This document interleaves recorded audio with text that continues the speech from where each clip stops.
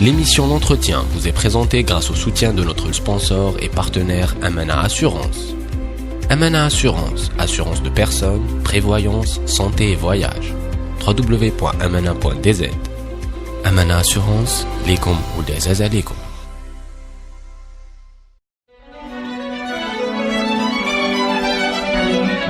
Pour bien s'entendre, il faut bien s'écouter. Rendez-vous sur M, la petite radio du Grand Maghreb. Amis auditeurs de Radio M, bonjour. L'entretien a le plaisir d'accueillir aujourd'hui, au cœur de cet été torride, Massensen Shelby, constitutionnaliste. Massensen, bonjour. Bonjour. Bienvenue à Radio M. Merci. Le sujet est un peu sous le sens, la Constitution, il en est question tous les jours. Au moment même où nous parlons, le chef d'état-major est en train de parler du respect du cadre constitutionnel. On en dira un mot peut-être à la fin de cette édition. Vous êtes spécialiste de la déconstitution.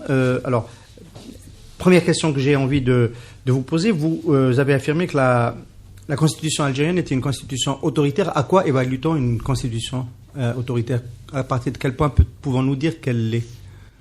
Dans la mesure où elle applique notamment ou non le principe de séparation des pouvoirs. Le principe de séparation des pouvoirs est à l'origine au XVIIIe siècle du constitutionnalisme, ce mouvement visant à la rédaction de constitutions écrites afin de permettre une séparation des pouvoirs. C'est l'idée développée par Locke et Montesquieu qu'il faut que tous les pouvoirs ne soient pas dans une même main, sur un même organe, sur une même tête, afin de permettre la liberté et d'empêcher la tyrannie. Et donc, les premières constitutions ont été inspirées de ce principe-là. Prenez l'article 16 de la Déclaration des droits de l'homme et du citoyen de 1789 qui proclame que une constitution ne proclamant pas la séparation des pouvoirs et n'ayant pas de droits fondamentaux n'est point une constitution. Il se trouve qu'en Algérie, à l'indépendance, nous avons rejeté ce principe-là de séparation des pouvoirs en 1963 et en 1976, dans les constitutions de 63 et de 76, parce qu'à l'époque, l'idéologie était de dire que tous les pouvoirs devaient appartenir au parti unique dit d'avant-garde. Puis à partir de 89, nous avons formellement reconnu ce principe de séparation des pouvoirs à travers une jurisprudence du Conseil constitutionnel, un avis du 28 août 1989, que l'on retrouve désormais dans la Constitution dans le texte de la Constitution suite à la révision constitutionnelle du 6 mars 2016. Mais c'est une chose de proclamer un principe formellement, c'est une autre de l'appliquer réellement, je parle dans la Constitution. Or, comment reconnaît-on un État autoritaire, constitutionnellement parlant? Eh bien, c'est à travers la concentration des pouvoirs. Et en Algérie, force est de constater que le président de la République, d'abord, est seul à l'initiative de la révision de la Constitution, ce qui est absolument fondamental. Ça a toujours été le cas Alors, c'est le cas depuis 1976, la Constitution de 1976. Dans la Constitution de 1963, qui était autoritaire, celle du Majestic, le président et le Parlement avaient l'initiative de la révision de la Constitution. Depuis 1976, seul le président a l'initiative de la révision de la Constitution. Il faut donner un peu quelques éléments de droit comparé pour s'apercevoir à quel point c'est autoritaire. Au Maroc, dans la Constitution de 2011, le roi, le chef du gouvernement et le Parlement sont à l'initiative de la révision de la Constitution. En Tunisie, le président de la République et le Parlement. En Libye, dans le projet de Constitution de 2017, le président de la République et le Parlement. En Mauritanie, le président de la République et le Parlement. En France, le président de la République, sur initiative du Premier ministre, lequel est responsable devant le Parlement, et le Parlement, en initiative de la révision de la Constitution. En Espagne, le gouvernement et le Parlement. Aux États-Unis, en régime présidentiel, le président n'a pas l'initiative de la révision de la Constitution. Seul le Congrès et les législatures ont l'initiative de la révision de la Constitution. Alors, en Suisse, une seconde. Pour terminer, en Suisse et en Californie, le peuple et le Parlement ont l'initiative de la révision de la Constitution. En Algérie, seul le président de la République a l'initiative de la révision de la Constitution. Alors, il y a peut-être une confusion là. Il faut peut-être ralentir une seconde, Massensen Shelby, pour expliquer à nos amis auditeurs la différence entre l'initiative de la révision constitutionnelle et l'adoption de la Constitution. Parce que les Algériens pensent que parce que on peut revenir vers eux pour adopter un texte constitutionnel, qu'ils ont, en fait, le dernier mot, qu'ils sont souverains. Mais l'enjeu d'initier, d'engager cette révision est aussi un enjeu important du point de vue de la Constitution et un indicateur d'évaluation de son niveau d'autoritarisme. Tout à fait. En fait, ça pose la question de qui est le souverain. Et donc, de quelle manière reconnaître, déceler cette souveraineté? Est-ce que c'est seulement en votant la Constitution, ou c'est en étant aussi à l'initiative de du vote de la Constitution, en disposant du pouvoir constitutionnel, du pouvoir constituant originaire, non pas seulement en votant la Constitution, mais aussi en l'écrivant soi-même. Et le problème, c'est que effectivement, on a cette conception qui est de dire que le peuple est constituant parce qu'il a ratifié la Constitution par vote, mais s'il ne l'a pas lui-même écrite, notamment à travers une constituante, Le peuple n'est pas réellement souverain en réalité. Alors, quand il s'agit d'une nouvelle constitution, oui.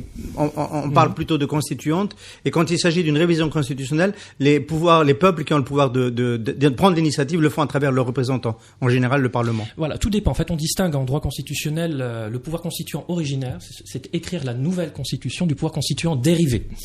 Et généralement, les procédures ne sont pas les mêmes. Alors souvent, vous avez la procédure de la constituante pour écrire la constitution nouvelle.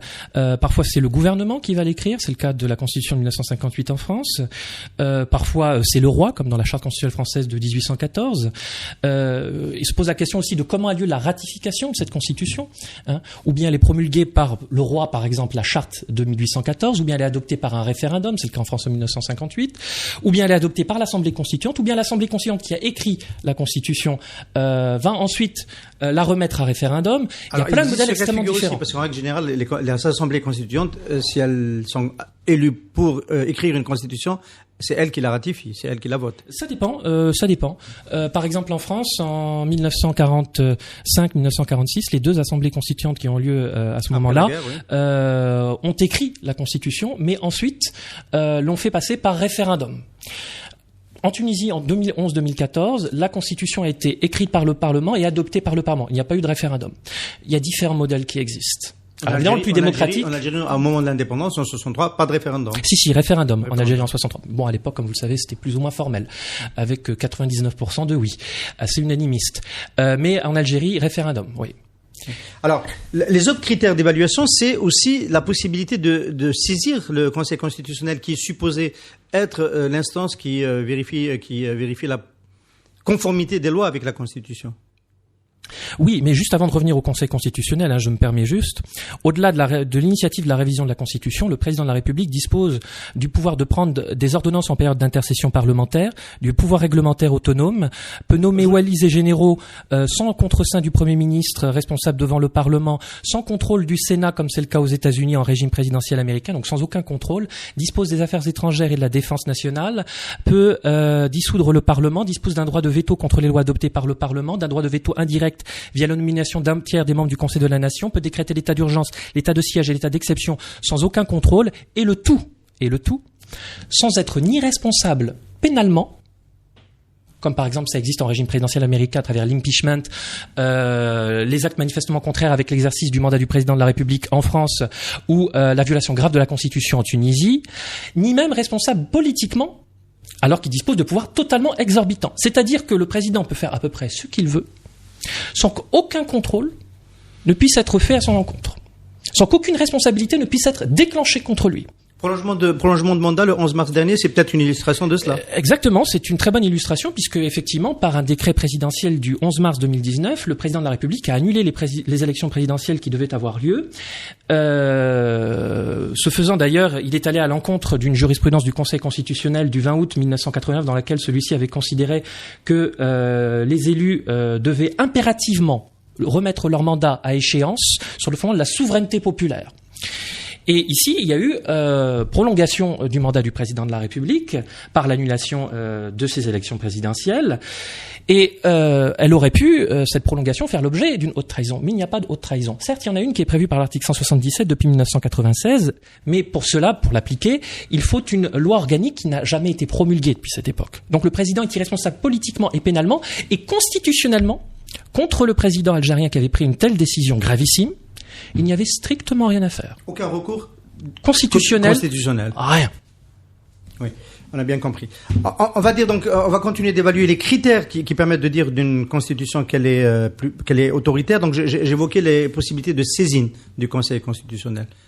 En Algérie, elles existent. Le Parlement, avec 50 députés, peut le faire. Alors, effectivement, là, la saisine du Conseil constitutionnel a été considérablement élargie en 2016. Donc, auparavant, depuis 1989, donc le Conseil constitutionnel algérien a été rétabli en 1989.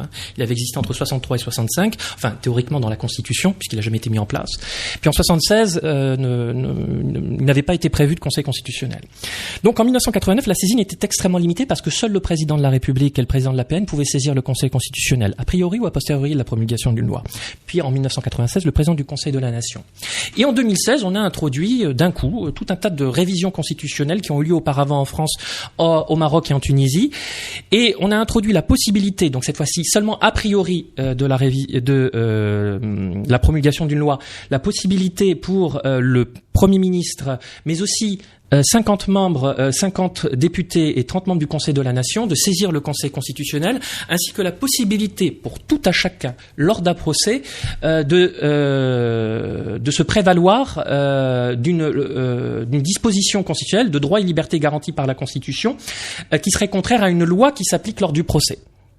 C'est ce qu'on appelle le contrôle de constitutionnel par voie d'exception, et qui est rentré en vigueur le 7 mars dernier. À aucun moment les députés il y a eu des situations où ils auraient pu le faire. Il y a eu des situations où ils auraient pu le faire.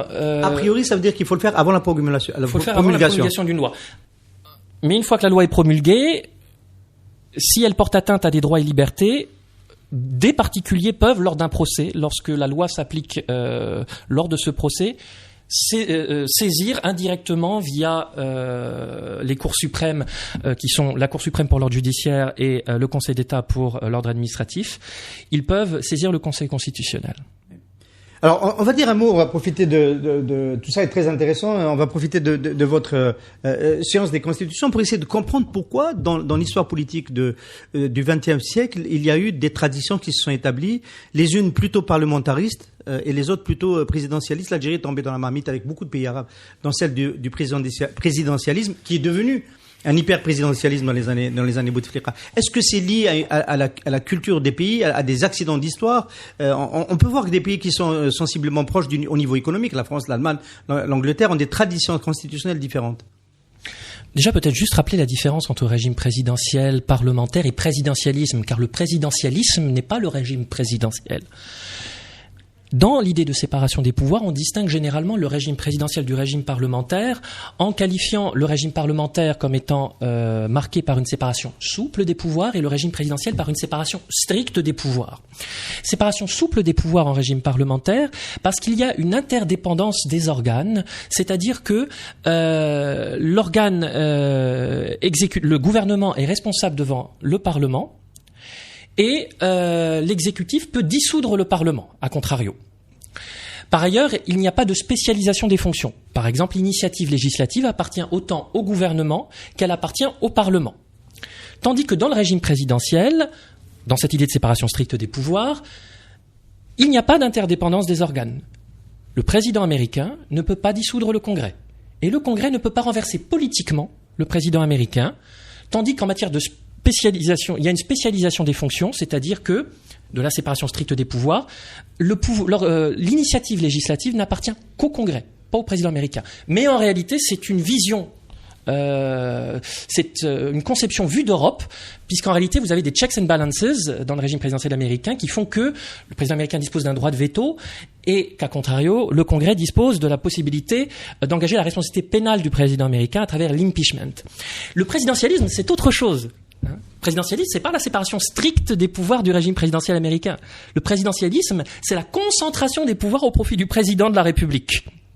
Ce qui est complètement autre chose. Et ce que l'on connaît actuellement en Algérie. En Algérie, d'ailleurs, théoriquement, nous sommes dans un régime parlementaire présidentialiste. Parce que le gouvernement est responsable, même si c'est de façon très limitée, devant le gouvernement. Le gouvernement est responsable devant le Parlement. Le gouvernement est responsable devant le Parlement. Mais le président de la République dispose de pouvoirs propres absolument considérables, pouvoirs propres d'autant plus considérables qu'il est irresponsable, comme je l'avais dit, à la fois politiquement et pénalement. Et ça, c'est le présidentialisme. Alors, quand même, question, le régime présidentiel tel que vous venez de le redéfinir, j'ai presque envie de dire que c'est comme le gaz de schiste, il n'existe qu'aux États-Unis. Il n'existe pratiquement. On considère que les États-Unis, en matière de régime présidentiel, sont un modèle unique en la matière. C'est-à-dire que quand on étudie en première année de droit à la fac, le régime présidentiel, on étudie le régime américain en réalité. Par contre, quand on étudie le régime parlementaire, on étudie les différents modèles anglais, allemand, français, italien, etc. Mais pour le régime présidentiel, on considère qu'il n'y a que les États-Unis qui sont un réel régime présidentiel, parce que les pays qui ont suivi ce modèle-là, notamment en Amérique du Sud, sous l'influence américaine, ont sombré dans la dictature et dans le présidentialisme. Et en fait, les États-Unis ont réussi à préserver cette séparation des pouvoirs, mais pour des raisons qui sont propres à cette société. et qui sont notamment le fait que, alors c'est un pays fédéral, donc déjà ça c'est une particularité. C'est important. Et le Brésil aussi était un pays fédéral, mais ça l'a pas empêché d'eux. Mais aussi les États-Unis ne sont pas marqués par, si vous voulez, des oppositions politiques radicales en fait entre républicains et démocrates. C'est-à-dire, qu'est-ce que je veux dire par là, un républicain peut voter avec un démocrate, un président républicain, un congrès démocrate. Le congrès pourra voter en faveur de projets du président américain. Il faut savoir qu'aux États-Unis, les 2/3 du temps, les États-Unis vivent en période de cohabitation. Alors justement, c'est le mot que j'allais prononcer.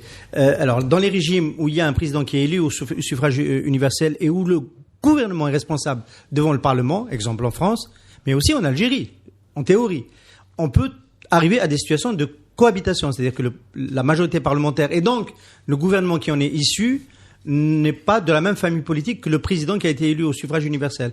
Est-ce que c'est pas quand même le meilleur indicateur de la vivacité d'un modèle ambivalent, enfin où il y a un président élu au suffrage universel et un parlement qui a les pouvoirs d'un parlement dans la tradition anglo-saxonne? Alors, en fait, on distingue parmi les régimes parlementaires, les régimes monoreprésentatifs des régimes bireprésentatifs. Les régimes monoreprésentatifs, il n'y a que le Parlement qui est élu, c'est le cas en Grande-Bretagne. Régime, ou c'est le cas en Allemagne. Oui. Régime au suffrage universel direct, je dis bien. C'est le cas en Israël. Régime parlementaire bireprésentatif. C'est le cas en Inde aussi. C'est important de citer les grandes démocraties. C'est le cas en Inde aussi, parce qu'en termes de nombre, c'est important. Régime parlementaire bireprésentatif, c'est-à-dire qu'à la fois le Parlement est élu au suffrage universel direct, en tout cas la Chambre basse, et le chef de l'État, lui aussi, est élu au suffrage universel direct, ce qui est le cas de la France, ce qui est le cas de l'Algérie. Mais cela ne donne pas nécessairement plus de pouvoir au président de la République, à la fois dans le droit, mais aussi dans la pratique. Vous prenez l'Autriche. L'Autriche est un régime parlementaire bireprésentatif. Le président de la République est élu au suffrage universel direct, tout comme le Parlement. Et néanmoins, quel est le personnage, le chef de l'exécutif, le personnage le plus important? C'est le chancelier, pas le président de la République. On entend tout le temps parler de l'extrême droite parce que ça se passe là-bas, c'est le chancelier. C'est le chancelier. Donc, tout dépend à la fois des constitutions et tout dépend des pratiques. Alors, juste une petite note. En France, c'est un régime bireprésentatif, effectivement, depuis 1962, depuis que l'Algérie est devenue indépendante, parce qu'en 1958, on ne voulait pas que l'élection du président de la République ait lieu au suffrage universel direct, non seulement parce qu'il y avait le précédent sur lequel on va revenir de Louis-Napoléon Bonaparte, mais il y avait aussi la volonté que les citoyens français musulmans ne votent pas, leur poids étant important. On ne voulait pas qu'il y ait un Mohamed ou un Mamadou qui deviennent président de la République. Et donc c'était le Parlement. Donc c'était pas le Parlement, un collège élargi en 1958. Sous les 3e et 4e Républiques, c'était effectivement le Parlement. Mais en France, le président de la République est élu au suffrage universel direct, donc depuis 1962, mais cela ne lui donne pas plus de pouvoir. Et le président de la République ne dispose pas, il n'y a pas de dualisme, c'est-à-dire que le président de la République ne dispose pas de la possibilité de révoquer le Premier ministre en droit. Seul le Parlement peut renverser le gouvernement, la Chambre basse, via une motion de censure notamment.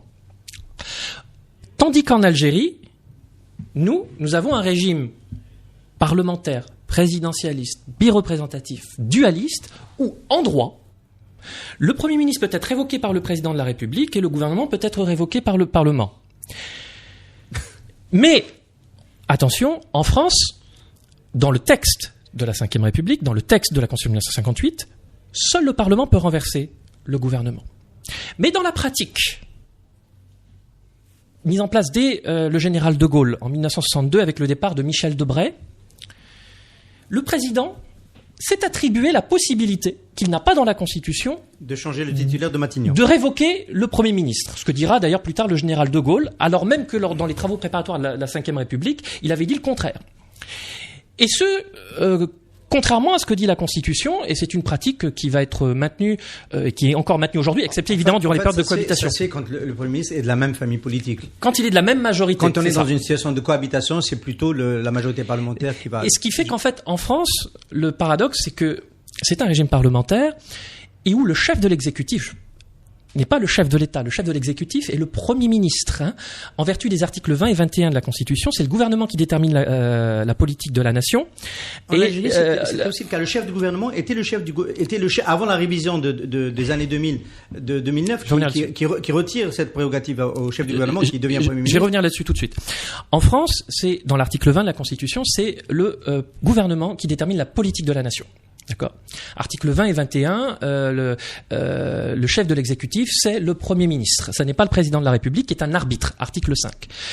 Mais, du fait, à la fois de la légitimité renforcée du président de la République via l'élection au suffrage universel direct en 1962, et via l'apparition du fait majoritaire aussi en 1962, favorisé par l'usage du scrutin uninominal à 2 tours, le Premier ministre étant de la même majorité que le président de la République va s'effacer derrière le président de la République, ne va devenir plus que selon l'appellation du président Sarkozy, un collaborateur, mais cela dans les faits, alors qu'en droit, c'est lui qui dirige la politique, c'est lui qui est à la tête de l'exécutif, qui dirige la politique de la nation avec le gouvernement.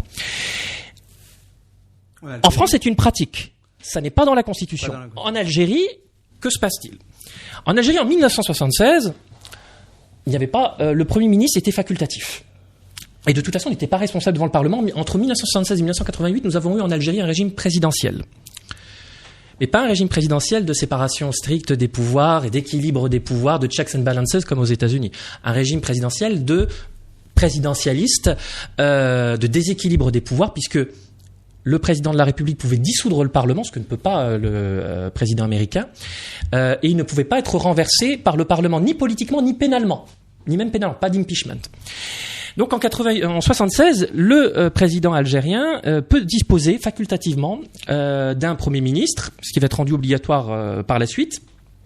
Mais à ce moment-là, c'est lui qui dirige la politique de la nation, c'est lui qui dirige les affaires étrangères, c'est lui qui dirige l'armée. Et disons qu'à partir de 88, donc avant la Constitution de 89, on va plus ou moins déléguer la politique de la nation, si vous voulez, la politique nationale au Premier ministre, au chef du gouvernement, qu'on va l'appeler d'ailleurs à ce moment-là, tout en laissant les affaires étrangères et la défense nationale au président de la République. Néanmoins, comme je l'avais dit précédemment, le président de la République disposant du pouvoir de prendre des ordonnances en période d'intercession parlementaire. Par exemple, c'était déjà le cas dans la Constitution de février 89. C'était le cas en 89, ça date de 76, encore une fois. Ces pouvoirs-là remontent généralement en 76. Par exemple, en 2005, le président de la République a promulgué une ordonnance en matière de droit de la famille. C'est de la politique nationale. C'est pas les affaires étrangères, c'est pas la défense. Donc le président de la République intervient en politique nationale. Entre 2 sessions de l'Assemblée. La possibilité de prendre des règlements autonomes, ça touche la politique nationale. Nommer les walis, les généraux, notamment les walis, qui sont à la tête des administrations au niveau des wilayas. Ça touche la politique nationale. Donc en réalité, le président de la République conserve dans la Constitution.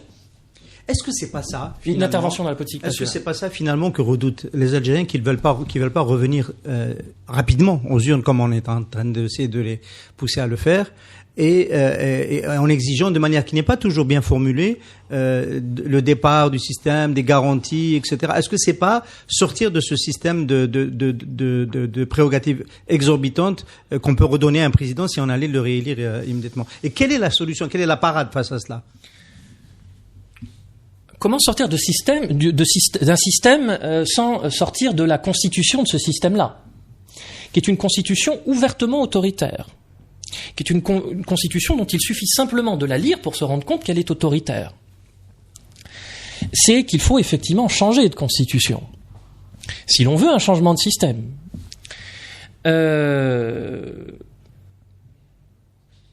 Référendum ? Parce qu'à la limite, la première chose, ce serait peut-être de poser la question aux Algériens, s'ils le souhaitent. Puisqu'on est en train de dire qu'ils ne le souhaitent pas, qu'ils souhaitent juste s'assurer à ce que les anciens ne reviennent pas. Un référendum, comment ça peut se faire de manière légale quand il n'y a plus d'institutions légitimes? Je vais répondre tout de suite au référendum, mais juste auparavant pour que les choses soient bien claires. Mais qu'il ne reste pas beaucoup de temps. Voilà. Il faut faire attention parce que cette constitution proclame un certain nombre de principes formels qui, lorsqu'on les lit, paraissent tout à fait progressistes. La constitution, comme je l'ai dit par exemple, proclame formellement la séparation des pouvoirs. Mais substantiellement, un certain nombre d'articles vide de sa substance ce principe-là. Le fait que la Constitution offre des pouvoirs exorbitants au président de la République. La Constitution proclame la souveraineté du peuple. La souveraineté du peuple, c'est la démocratie directe par rapport au régime représentatif de la souveraineté nationale. Or, les alinéas 2, 3 et 4 de l'article 8 de la Constitution proclament que cette souveraineté ne s'exerce que via les institutions que le peuple se donne, via le référendum qui est à l'unique initiative du président de la République, pas à l'initiative du peuple, pas de référendum d'initiative populaire, et via les représentants qu'il se donne, c'est-à-dire notamment le président de la République. Donc il n'y a que souveraineté nationale, il n'y a pas souveraineté populaire. Même chose pour le principe d'égalité qui connaît quantité d'exceptions. Donc, il faut faire attention à ne pas regarder qu'un certain nombre de dispositions formelles. Il faut regarder le restant de la Constitution qui parfois contredit et déroge à ces principes-là en les vidant de leur substance. Et donc ceux qui dans la rue réclament l'application du 7 et du 8, l'article 7 et l'article 8 de la Constitution, en fait, ça mène à une impasse. Ça mène à une impasse puisqu'en fait, les articles 7 et 8, l'article 8, en fait, déroge aux articles 7 et 8. En fait, l'article 8, dans ses alinéas 2, 3 et 4, déroge aux articles 7 et l'article 8, alinéa 1er. Article 8, alinéa 1er, le peuple, le pouvoir constituant appartient au peuple. Très beau principe. Mais pas d'effectivité. Mais seul le président de la République est à l'initiative de la révision de la Constitution. Le peuple n'est pas à l'initiative de la révision de la Constitution, comme c'est le cas par exemple en Suisse ou en Californie. Donc, c'est plus une revendication politique que l'on comprend éminemment dans ces manifestations, mais juridiquement, c'est inapplicable. On a bien compris cela. Alors, donc dans ce cas de figure, on a bien compris que quelque part on est bien obligé de sortir du cadre constitutionnel pour sortir de l'impasse. Alors l'idée en règle générale c'est la petite constitution. Dans l'histoire politique du XXe siècle, dans les situations de crise, on se dote d'une constitution à minima pour essayer de revenir à un processus électoral, à un processus constituant pour une longue période. Je vais donner un exemple.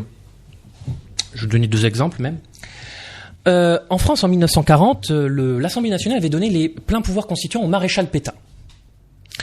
Comme vous le savez, il y a eu après la défaite. Donc après la défaite. Et en 1944, le gouvernement provisoire de la République française va faire une ordonnance, va promulguer une ordonnance du 9 août 1944, dans laquelle il va considérer que tous les actes pris depuis 1940 sont nuls et non avenus. Et donc y compris les pleins pouvoirs donnés au maréchal Pétain, les pleins pouvoirs constituants.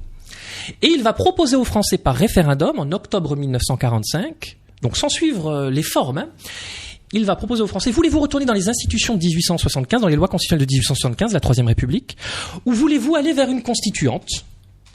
Auquel cas, il prévoyait, durant cette période-là, la période de la constituante, une petite constitution provisoire, pour régler l'organisation des pouvoirs publics durant cette période, qui prévoit notamment la responsabilité du gouvernement devant le Parlement, etc. Mais de façon très succincte. On va pas vous laisser citer le deuxième exemple Messensen. Qui en Algérie, si on devait adopter cet artifice entre guillemets juridique, qui pourrait être l'initiateur de cette petite constitution? Oui, alors je rappelle que l'Algérie a connu 5 petites constitutions dans son histoire, hein, donc c'est quelque chose qui est bien connu en Algérie. Hein. On peut en rappeler quelques-unes. On peut en rappeler quelques-unes. 1962, l'Algérie est indépendante, c'est simple, elle n'a pas de constitution.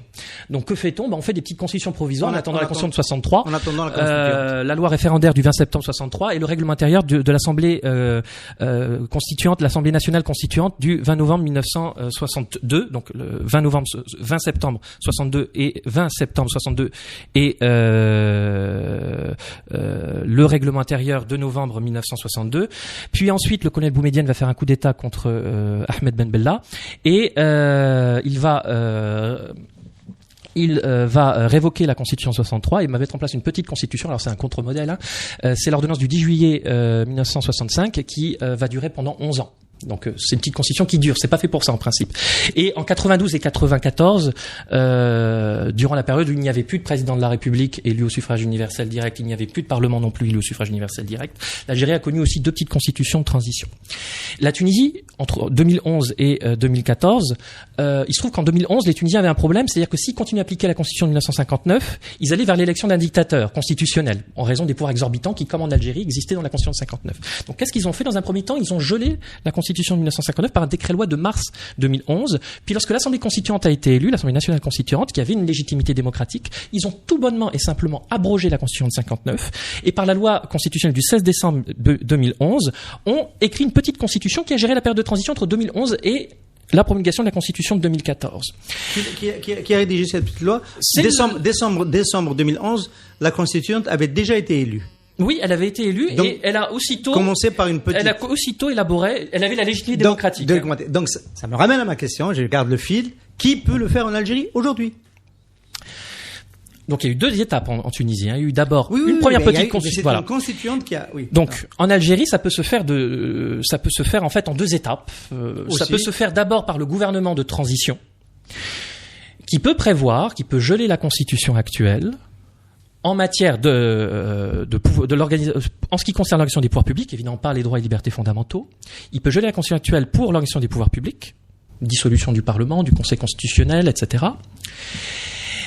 Et une fois l'autorité légitime élue au suffrage universel direct, notamment une assemblée constituante, celle-ci peut élaborer une deuxième petite constitution qui, elle, disposera de la légitimité démocratique. Le temps d'avoir la constitution. Et qui va gérer le pays le temps d'avoir une constitution, effectivement. Une chose étant certaine, on va finir sur cela, les régimes, tendance à l'international, mais tendance notamment pour la région qui est la nôtre, celle de la région MENA, on a eu quand même des mouvements inverses. On a le sentiment quand même que historiquement, les mouvements démocratiques réduisent des pouvoirs des présidents, renforcent les pouvoirs des représentants du peuple. Mais en Turquie, on a un peu le contre-modèle avec la présidentialisation du modèle turc autour de Erdogan. La Tunisie a fait l'inverse. L'Algérie aujourd'hui, pour avancer, elle est obligée de suivre un peu ce chemin de le renforcement des pouvoirs du Parlement. Alors, dans des pays marqués par l'autoritarisme d'un président de la République, c'était pas le cas en Turquie auparavant. Il n'y avait pas d'autoritarisme du président de la République, qui était un président totalement effacé auparavant. Ce qui comptait, c'était le Premier ministre. Oui. Donc, dans les pays marqués par l'autoritarisme du président de la République, du chef de l'État. Prenez l'Espagne qui a connu le franquisme, prenez l'Allemagne qui a connu le nazisme, prenez l'Italie qui a connu le fascisme. Eh bien, une fois que ces régimes sont tombés, les constituantes de ces pays-là, qu'est-ce qu'elles ont fait? Elles ont limité considérablement les pouvoirs du chef de l'État. En Espagne, c'est le roi qui est encore moins puissant que la reine d'Angleterre. Et en Allemagne et en Italie, on a des présidents qui ne sont même pas élus au suffrage universel direct et qui ont des pouvoirs assez symboliques d'arbitre, etc. Donc, généralement, ce qui se passe dans les régimes autoritaires, les régimes qui s'ouvrent vers la démocratie, qui ont connu un régime autoritaire, c'est évidemment il y a une volonté de réduire les pouvoirs du chef de l'État. Et juste pour dire qu'en Algérie, le zaïmisme n'est pas une tradition si bien ancrée que l'on pourrait le penser, puisque par exemple en 1962, la Fédération de France du FLN avait proposé lors du congrès de Tripoli un projet de constitution dans laquelle elle ne proposait pas un président de la République tout puissant élu au suffrage universel direct, mais elle proposait un présidium, c'est-à-dire un exécutif collégial, un directoire composé de 11 membres. Oui, ça c'est dans la tradition du CNRA de la Soumam et des suivants. Mais on peut donc espérer retrouver ce cheminement-là dans les mois qui viennent, parce que ça bloque sur la présidentielle. Le principe, c'est que quand il y a une constituante, la constituante elle est constituée de députés, et que ces députés n'ont aucun intérêt à donner les pleins pouvoirs à un président dictateur. Donc l'intérêt d'une telle constituante, c'est qu'elle nous conduirait en principe vers une consécration effective, non pas seulement formelle, mais une consécration réelle de la séparation des pouvoirs. Qui est le véritable enjeu, on l'a très bien compris. Merci beaucoup. Massansan Cherbi, on en a beaucoup appris sur les constitutions dans le monde et sur le chemin peut-être d'une ouverture en Algérie. Merci encore une fois. Merci à vous. L'émission L'Entretien vous est présentée grâce au soutien de notre sponsor et partenaire Amana Assurance. Amana Assurance, assurance de personnes, prévoyance, santé et voyage. www.amana.dz. Amana Assurance, lekum ou des azalekum.